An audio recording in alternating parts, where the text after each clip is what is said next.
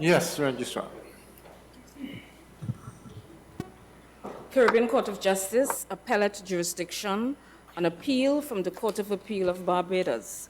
Delivery of judgment in CCJ Appeal, BBCV number 7 of 2018, between David Brooks and Alistair Lindsay Morris.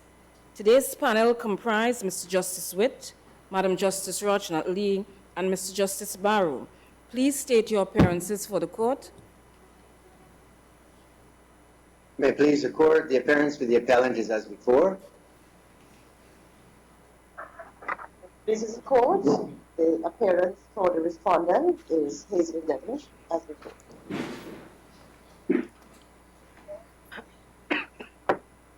Excuse me? Yeah. Yes, in this case, the court is ready to give a judgment.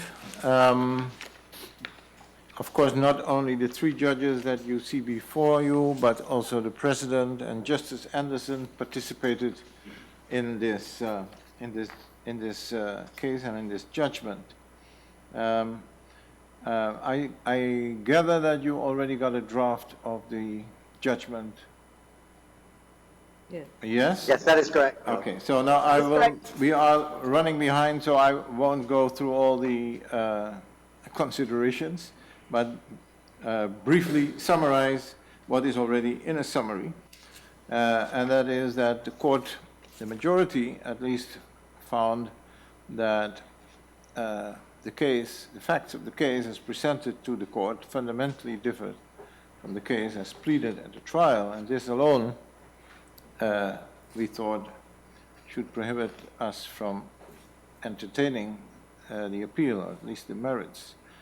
Apart from that, we found that there was really not a breach of contract because there can only be a breach of contract if some obligation has been breached, and that was not the case. Actually, Mr. Brooks and Mr. Newitt both did what they were supposed to do. Mr. Brooks paid in a timely fashion what he had to pay in advance, and Mr. Newitt made available the villa. And so, on that basis, there was nothing further to look at, because it was the case as it was presented to us was based on a breach of contract. Mr. Justice Anderson thought that there was a breach of contract, at least that it could be reasoned that there was a breach of contract, and so he went into the issues that were put before us. And to be very brief, he agreed with the considerations given by Justice Burgess in the Court of Appeal, and came therefore actually to the same conclusion. He also said that the appellant needs to pay, that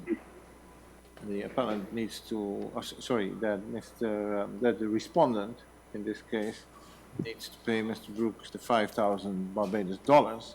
And the majority said, well, we can't give an order on that because the order was already given by the High Court judge, and the appeal against that point was withdrawn, and so that is res judicata. But apart from that, both majority and the concurring opinion came to the conclusion that the appeal must be dismissed, and that the appellant must pay the respondent costs in the sum of 20,000 Barbados dollars. Is there anything you want to say, or is it clear?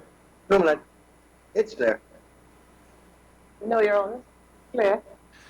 Okay, well then, this is the judgment of the court. Right.